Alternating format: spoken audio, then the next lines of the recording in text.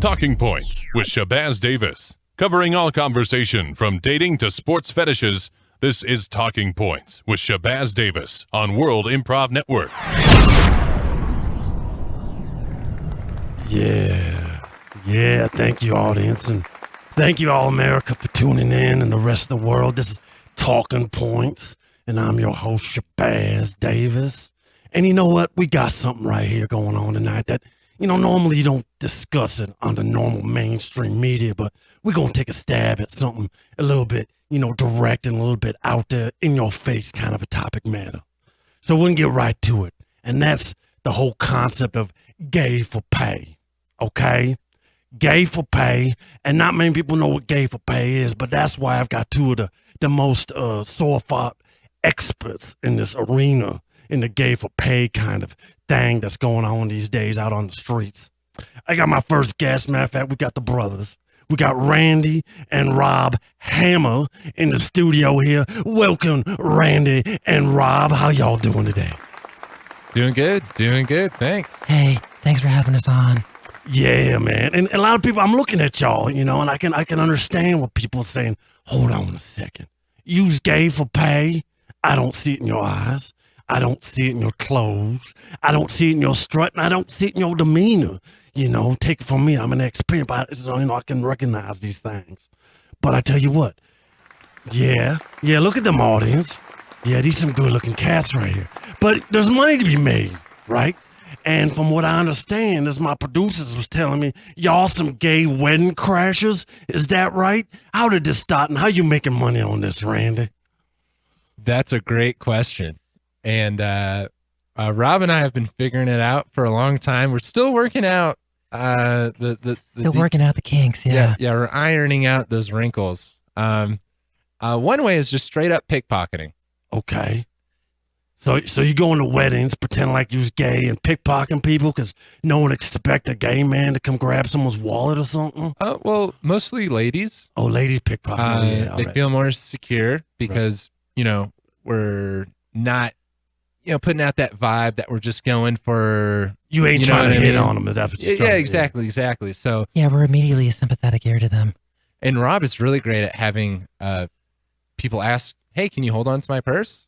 Yeah, I'm very unassuming, and obviously, as you can see, I'm completely unthreatening. So it's I'm as good as a coat hanger pretty much for holding people's purses. Yeah, and I could see that. You got them broad shoulders too, so you can hold like 6 or 7 purses at the same time. Yeah, it's kind of a gift. Okay, so Rob is the one that holds some purses. So what do? You kind of like scope the room, Randy, and say, hold on, Rob, we can work on this one. Go talk to that one. Maybe this girl right here needs a little bit of emotional support, giving her friends getting married or something. Sure, yeah, I do some scouting like you're talking about, and also I'll do diversion. Oh, yeah. I'll provide a distraction. That's my favorite, by the way.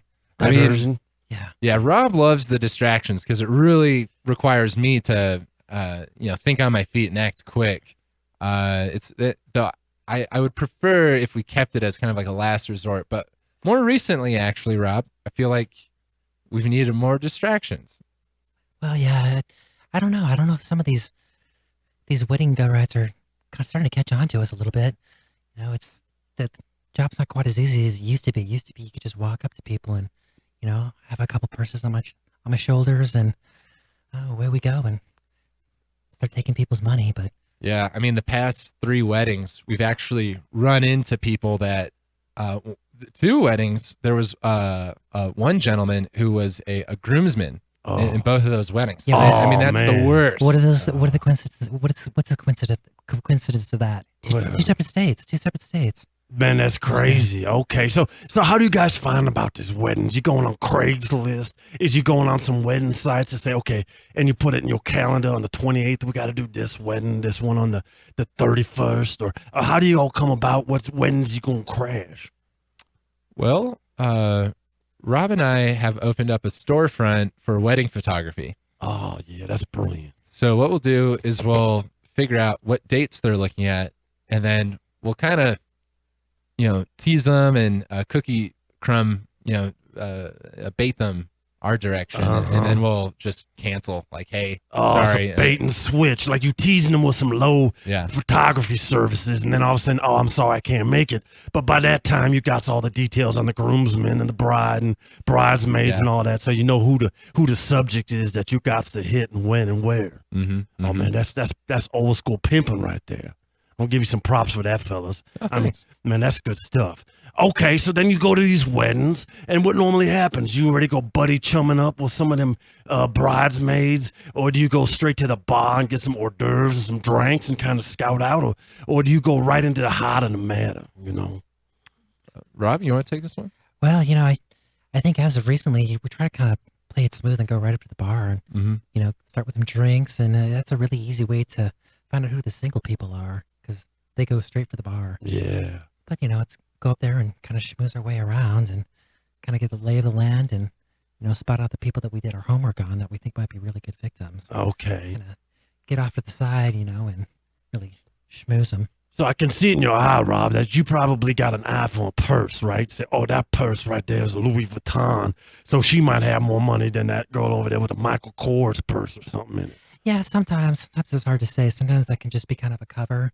Right. Because, there's a lot of jealousy that happens at weddings. And so people will walk in there with a Louis Vuitton that's really, it's not theirs. You can tell that they've rented it. So sometimes it can be kind of a tip off that, oh, maybe avoid that one because that's not going to be the gold mine. Okay. Yeah, we've actually learned a lot about fashion. We've got to know fashion. That's one of the first indicators of income. Right. So yeah, different brands or designers, Gucci, Gabbana. Yeah, Versace and the rest. Yeah. Yeah. Yeah, well, look, my favorite right here. I like to wear Versace shoes, and that's kind of my thing, Yeah, I got the head to toe. Well, you wear that well. Looks nice on you. I appreciate that, Rob. But I ain't got no purse, so, I can't help you out on that one. Oh, wow. I bet you've You're got lost. some nice Dior shoes, though. I do. You like them? I mean, this is Miss Alligator skins.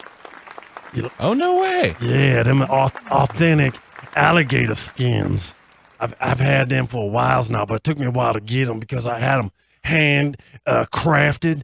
But on the same token, the person who made them for me, he had to kill the alligator with his own hands first to make it 100% handcrafted alligator skin shoes. Yeah, man, and I bet a lot of people don't appreciate that. Yeah, you tell them that and they don't appreciate. Well, I appreciate two people as good looking as you to understands that, and the audience sees it too every week.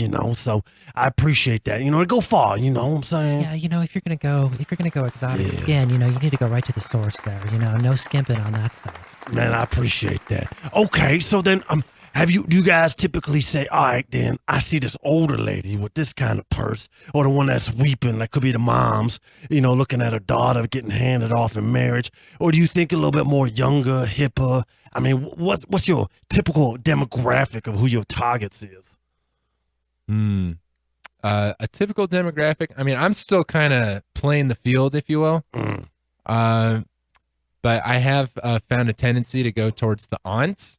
Oh, the aunts, yeah. Yeah, the aunties, big time. Because one, they typically group together. And two, groups are, it's easier to charm them. Right. You can play off one aunt versus another and kind of dig into the family history. And then a lot of times that will become the centerpiece of our interaction. And then more of them subjects come to you because you start talking to one aunt, another aunt, and uncle, and all the rest of them start come talking to you. So basically, it's like feeding the sheep to the wolf or something.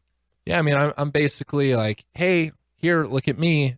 And then that's when Rob goes in and sweeps up.